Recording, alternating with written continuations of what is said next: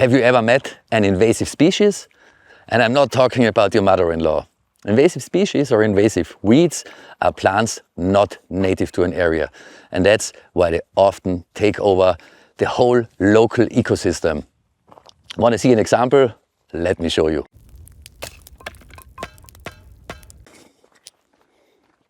Hi, ready to join us on our daily doggy walk? As you can see around me, this is typical Austrian vegetation. I'm gonna show you close up. But I'm sure you have heard of so-called invasive species, invasive plants. These are plants not native to an area, in some cases not even native to the continent.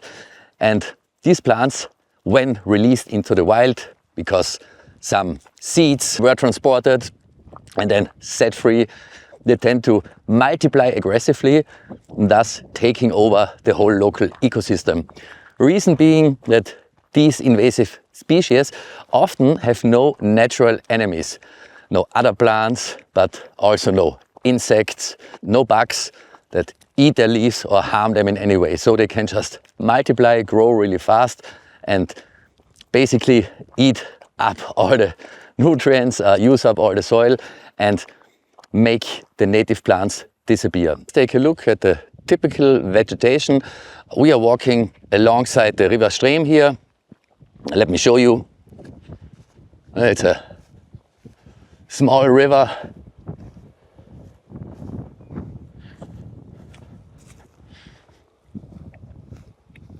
Lots of nettles, other native plants.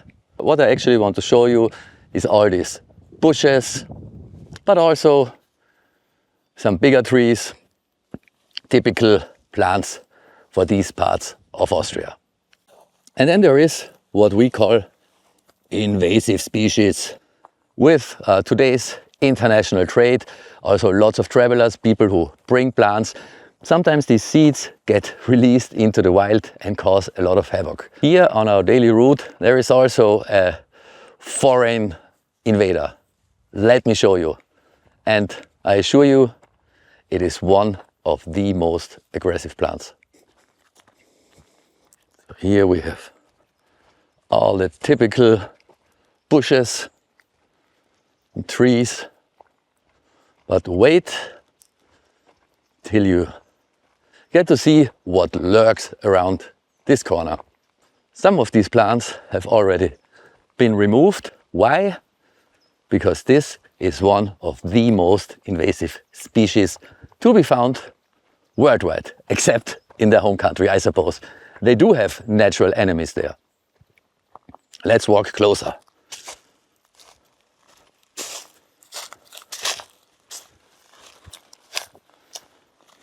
So, and you can instantly see that this very much does not look like your typical Austrian bushes or forest. Looks kind of bamboo-ish if you look at the stems. But then the leaves don't look like bamboo at all. What is this plant? This, dear viewers, is the Japanese knotweed, also called Asian knotweed, elephant ears, or monkey fungus. Don't ask me why fungus. It's not a fungus. It's a very, very invasive plant. And this you can already see. Let me turn the camera around again. Go still a little closer. This area is completely covered in elephant ear. There are no other plants.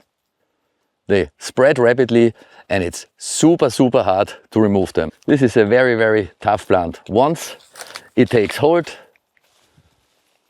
chances are that the local vegetation will give in.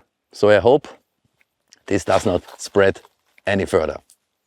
I also want to show you how tough this plant is. It's able to destroy streets. Very bamboo-like. The stems are hollow inside. They don't make great straws because there are intersections.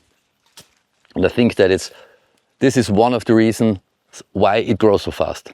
As far as I know, unlike with bamboo, there are no economic use cases for this kind of plant. It's just an intruder, at least here in Europe. There are basically only 3 ways to get rid of these plants. Dig out the roots, and they root rather deeply. Use poison, which is obviously not great for a multitude of reasons, or cover the area with mulch or even with foil. But this usually takes up to 2 years because you prevent the plant from doing photosynthesis, so you basically block all the incoming sunlight. And luckily here it's just a small spot, so I walked a couple of steps further. So here you can see this is the front line of the invading army so far.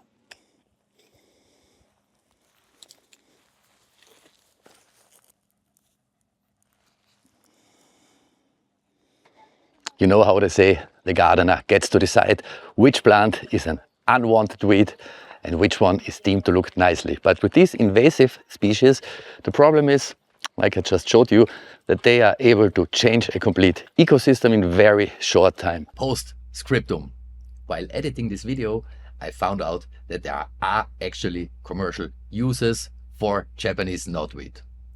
The young and tender shoots are edible. They are often compared to rhubarb and used in crumbles. Also, you can use the flowers to make drinks and even brew beer. In traditional Japanese medicine, Japanese knotweed is used as a pain reliever, and there is some ongoing research about its potential for producing biofuel or bioplastics due to its high yield in biomass. So now you know, but it still is an invasive species.